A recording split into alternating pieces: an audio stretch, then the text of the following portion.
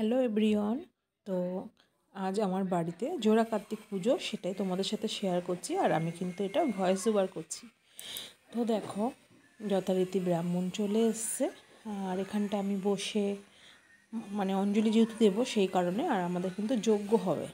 তো ফার্স্ট টাইমে পুজোর এখানে আমার যতটা সামর্থ্য আমি নিজে হাতে করে সেটা গুছিয়ে দিয়েছি।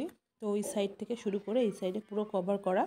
আর আমাদের পুজোর এই জায়গাটা প্রচণ্ড ছোট হয়ে গেছে ঠাকুর অনুযায়ী, তো প্রচণ্ড অসুবিধা হচ্ছিল। আর দেখো, দুটো করে সবই ডবল ডবল আমাকে করতে হয়েছে। তো পুজো হওয়ার পরে যজ্ঞটা হবে। তো এখানটায় দেখো যজ্ঞ হয়ে গেছে।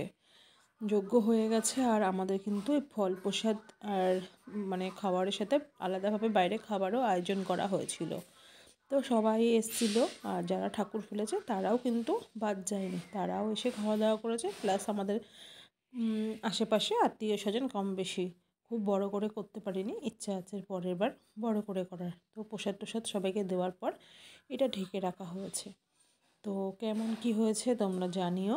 আর এই যে আমি দেখাচ্ছিলাম যে এটা সিংহাসনে আছে, এটা আমি পরে নামিয়ে নেব, আর এই ছোটোটাকে সিংহাসনে তুলে দেব, এটাই বলছিলাম। আর বড়জনকে